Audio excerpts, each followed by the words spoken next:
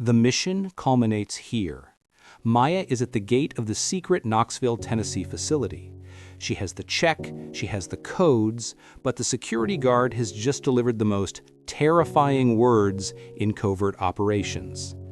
Entry denied. This is the ultimate linguistic test. Maya needs one single, bulletproof phrase, a phrase that blends legal mandate with pure authority to make a trained security guard break protocol. Liam and the contact are watching every move. If she hesitates, her cover is blown. If she chooses the wrong word, Project Chimera remains locked down. We're teaching you the language of access and control. Today, we teach you the precise language of technical access, the formal vocabulary to demand compliance and bypass bureaucratic barriers, from Washington, D.C. to any secure facility in Tennessee. Welcome back to English Every Day with Podcast. I'm Daniel, and here is the phenomenal Sophia. We're at the climax today, Daniel. The goal is simple: get inside. The language is complex. Maya and the two operatives, Liam and the contact, have driven in silence from Charlotte to the outskirts of Knoxville. The facility is massive, old, and surrounded by razor wire. Maya walks directly to the security booth, carrying only a small folder. Liam and the contact are positioned a block away, their focus absolute. The guard is a professional barrier.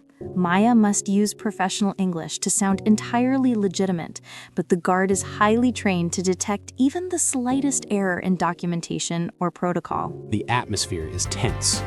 Good morning. I am here to conduct the final compliance assessment for Project Chimera. I believe the site manager is expecting me. Name and purpose, please. Do you have your mandated clearance documentation? My name is Maya Rodriguez, Specialized Research Analyst. I am here under the fiduciary mandate of the Wilmington, Delaware holding firm. My brief is time-sensitive. I apologize, Ms. Rodriguez. Your name is not on the access control list.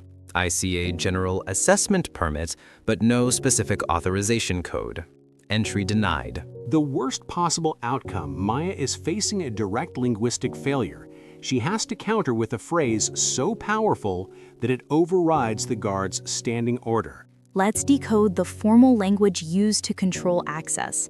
Mastering these terms is essential for communicating in any regulated industry in the U.S. We'll break down these high-stakes phrases. Compliance assessment, meaning an official review to ensure all rules or laws are being followed. Example: the manager is preparing for the annual compliance assessment this quarter. Practice. Say it with me. Compliance assessment.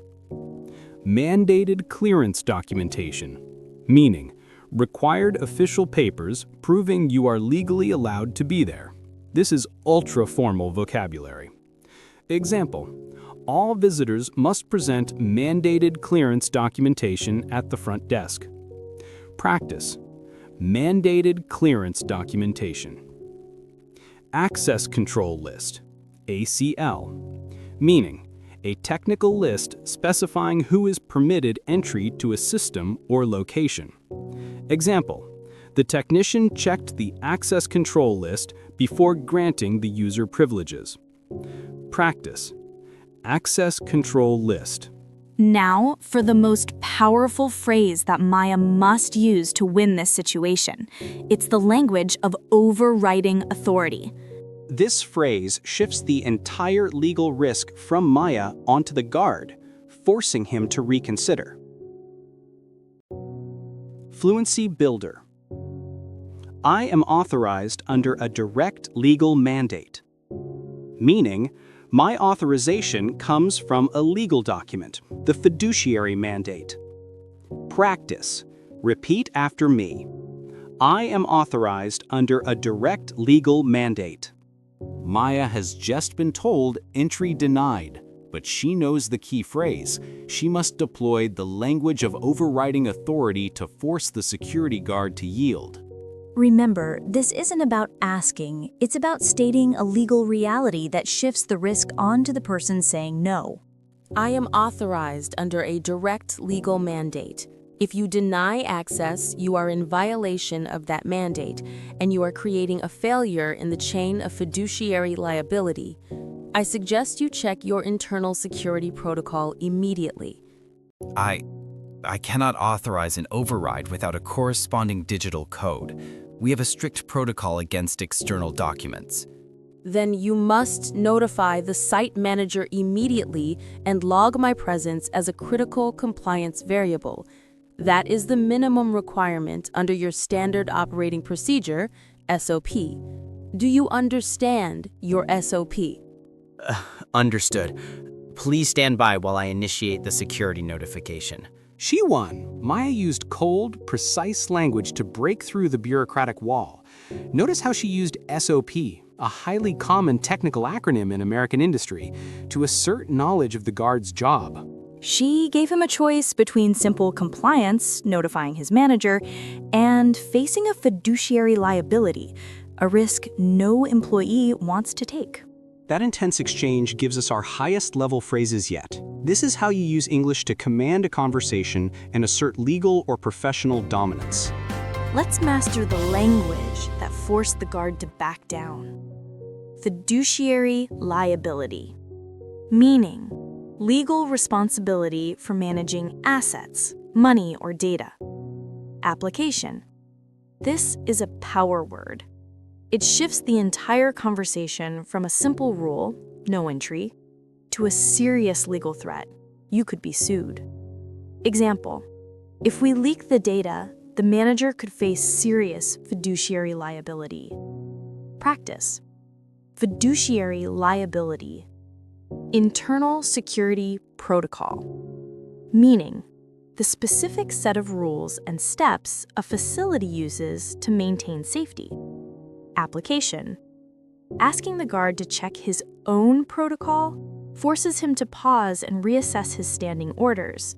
It's highly effective in corporate environments across the US. Example. Before accessing the server, review the internal security protocol. Practice. Internal security protocol. Standard operating procedure, or SOP, meaning the official mandatory steps for performing a routine task. Application. Using the acronym SOP shows Maya understands the inner workings of the site. It's a language shortcut that conveys complete professionalism and insider knowledge. Example. For all site visitors, the SOP dictates a mandatory badge check. Practice. Standard operating procedure, or SOP. Maya successfully asserted her authority, but the guard still won't open the gate. He's called his manager. Now, Maya must use the language of professional negotiation to bypass the full waiting period. This is a delicate balance. She needs to push the guard's boundaries without making a formal complaint. She must suggest a solution that sounds safe for him, using phrases that demonstrate complete trust in her own clearance. I understand your need to follow protocol. However, given the time-sensitive nature of this compliance assessment and my fiduciary duty to the holding firm, I must initiate the on-site audit immediately. Would it be possible for you to issue a temporary, provisional pass while your manager confirms the override? A provisional pass? I would have to notify the central security desk for real-time monitoring. I cannot take that liability myself. That is the correct procedure. I am happy to be under real-time monitoring to expedite this process. The delay is costing the operation valuable data. Very well. Step into the booth, Miss Rodriguez. I will initiate the Provisional Access Protocol. She did it. She suggested the solution, framed it using the guard's own security jargon, real-time monitoring, and used a power verb, expedite.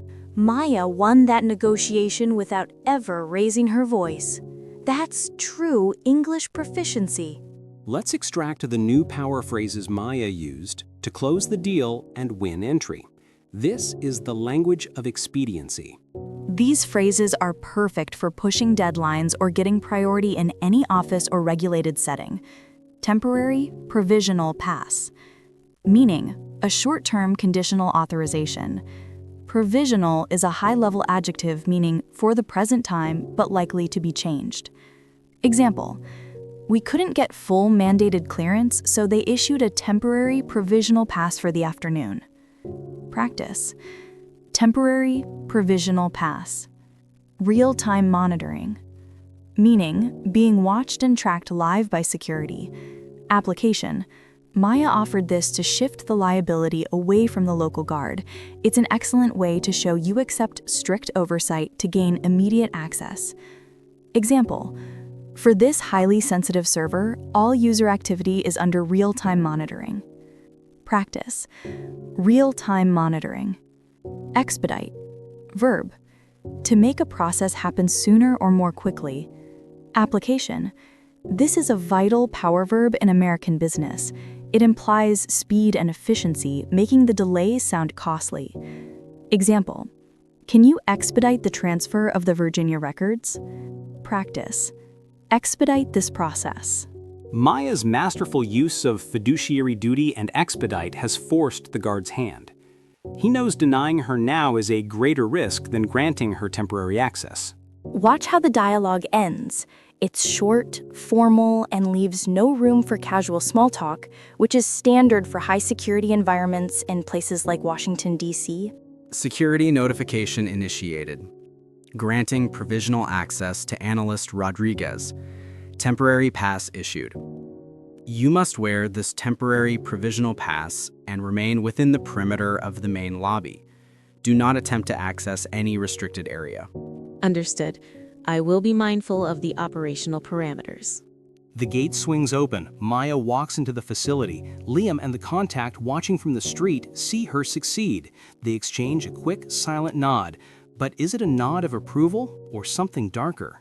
Maya is inside, but her real mission is not the lobby. It is the sealed records room. She pulls out her non-traceable phone to receive the final directive from the Wilmington, Delaware firm. The directive is simple, delivered via encrypted text. Locate and verify document 734 Alpha. It contains the original fiduciary liability transfer regarding the Virginia Records Project. Do not copy. Do not engage personnel. Acquisition is mandatory. Now, she has to use all her technical language to find a way past the access control list and into that records room. This is the moment where theory becomes action.